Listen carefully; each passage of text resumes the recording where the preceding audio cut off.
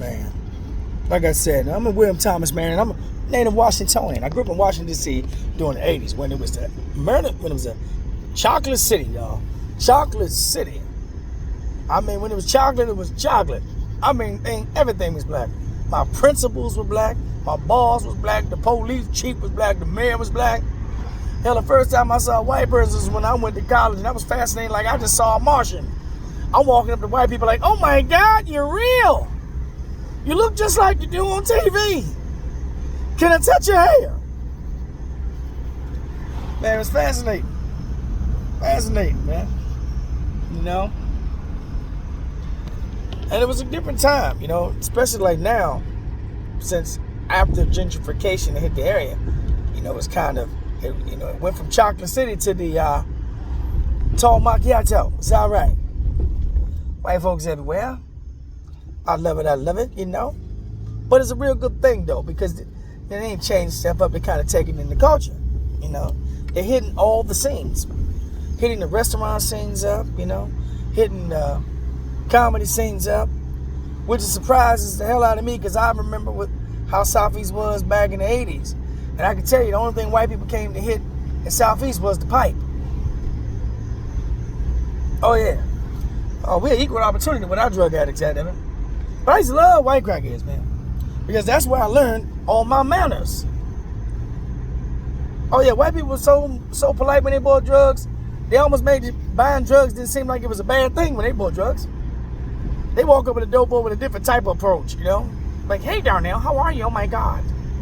Are those the new Jordans? I love those. I love those. Do you want some water? No. Hey, do you got an 8-ball you can spare? That ain't sound bad at all, did it? No. It's different, man. Everything was different back then, man. Like, our criminals was real different. They had a different level of confidence, you know. Our criminals had a different level of confidence. Different level of confidence. I mean, they were bold on a whole nother level. Man, I remember one time I had this guy stole my car from me right in my face with so much confidence. Hell, I thought the car belonged to him. Man, this guy walked past me real slow, opened my door, put the seatbelt on, adjusted the mirror, looked me in my face and told me to have a blessed day. Man, I was so overwhelmed by the kind gesture. I said, damn, brother, you have a blessed day too. Kindness take you far away in this world. Hell, I was so impressed. Hell, I even helped him back out. I was like, hey, watch out, my man in the rush. Look out. My man in the rush. You know, even more crazy, I called the police.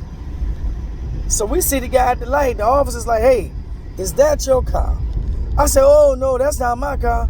That's just a nice young man I met earlier today.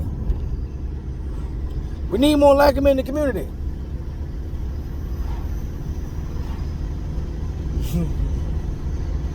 But yeah, man, stuff was different, you know. And that's the thing. I've been in comedy for a short while now. And the funny thing about life, you know, it takes you through different journeys to get to where you ought to be, you know. Hell, I had a crazy job. I used to be a police officer. Yeah, see right there? See how I got quiet? That's what we call losing the crowd in comedy. These are times I wish I could hit a reset button like a PlayStation. Can't do that up there. Can't do that. Because every time I say that shit, it feel like Trump walking into the room. It do. Because I look around, I see black people deleting their phones, and then for some reason somebody Spanish just runs out the door. I don't know what that's about. But as I said, man, I grew up in Southeast D.C. during the 80s, and it was a rough time. It was the murder capital of the world, actually. It was harsh, rough, aggressive. And to be a police officer, you had to have something called conflict resolution. Conflict resolution, which was hard for me because of my upbringing. You know, I was giving out the worst advice to people.